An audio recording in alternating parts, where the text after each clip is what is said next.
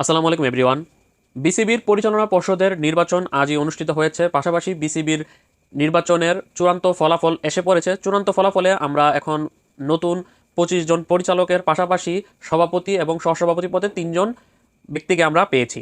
প্রথমত আগে 25 জন পরিচালক কারা নির্বাচিত হয়েছে তাদের নাম বলবো, তারপর সভাপতি সহসভাপতির নাম বলছি। অলরেডি অনেকে জেনে গেছেন, তারপরও অনেকে আছে পরিচালকগণদের নাম জানেন না, তাদের জন্য আজকের এই ভিডিওটা করা। 25 জন পরিচালকের মধ্যে বিভাগীয় এবং জেলা ক্রীড়া সংস্থা থেকে ঢাকা বিভাগ থেকে নির্বাচিত হয়েছে 15 ভোট করে পেয়ে আমিনুল ইসলাম বুলবুল এবং নাজমুল আবেদিন ফাহিম। চট্টগ্রাম বিভাগ থেকে বিনা ভোটে নির্বাচিত হয়েছে হাসান ইকবাল চৌধুরী এবং শিল্পী আসিফ আকবর। খুলনা বিভাগ থেকে বিনা প্রতিদ্বন্দ্বিতায় নির্বাচিত হয়েছে সাবেক ক্রিকেটার সাবেক নির্বাচক আব্দুর রাজ্জাক রাজ এবং জুলফিকার আলী খান। রাজশাহী বিভাগ থেকে 7 ভোট পেয়ে নির্বাচিত হয়েছে মুখলেসুর রহমান। রংপুর বিভাগ থেকেও 7 ভোট পেয়ে নির্বাচিত হয়েছে হাসানুজ্জামান।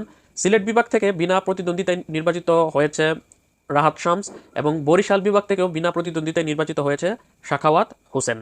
এটা গেল 10 জন পরিচালক। ঢাকার ক্লাব ক্রিকেট থেকে 12 জন পরিচালক নির্বাচিত হয়েছে। এর মধ্যে 42টি ভোট পেয়ে নির্বাচিত হয়েছে সাবেক ক্রিকেটার সাবেক অধিনায়ক প্রধান নির্বাচক সাবেক বিসিবি প্রেসিডেন্ট ফারুক আহমেদ। 42 ভোট পেয়ে নির্বাচিত হয়েছে রংপুর রাইডার্সের সিইও ইশতিয়াক সাদেক। সমান 42 ভোট পেয়ে নির্বাচিত হয়েছে রংপুর রাইডার্সের টিম ডিরেক্টর সানিয়ান তানিম।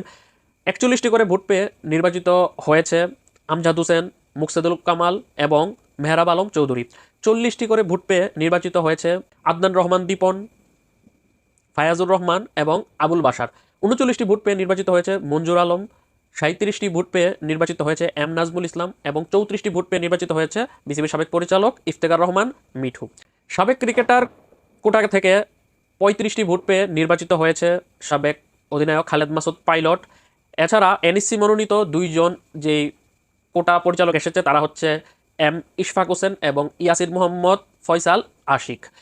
এখন যদি আসি মূল আলোচনা, যেটা হচ্ছে সভাপতি সহসভাপতি কারা হচ্ছেন।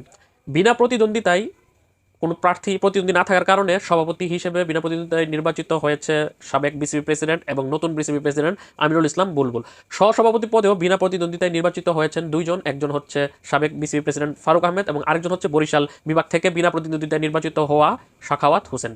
উনি বিনা প্রতিদ্বন্দ্বিতায় বরিশাল বিভাগ থেকে নির্বাচিত হয়েছে, বিনা প্রতিদ্বন্দ্বিতায় সহসভাপতি হিসেবেও নির্বাচিত হয়েছে। এখন এই যে 25 জনের পরিচালক এবং সভাপতি এবং সহসভাপতি 3 জন, তাদের মেয়াদকাল হচ্ছে আগামী 4 বছর, অর্থাৎ 2025-এর এই অক্টোবর থেকে 2029 সালের অক্টোবর পর্যন্ত কিন্তু এই পরিচালনা পর্ষদের মেয়াদ থাকবে।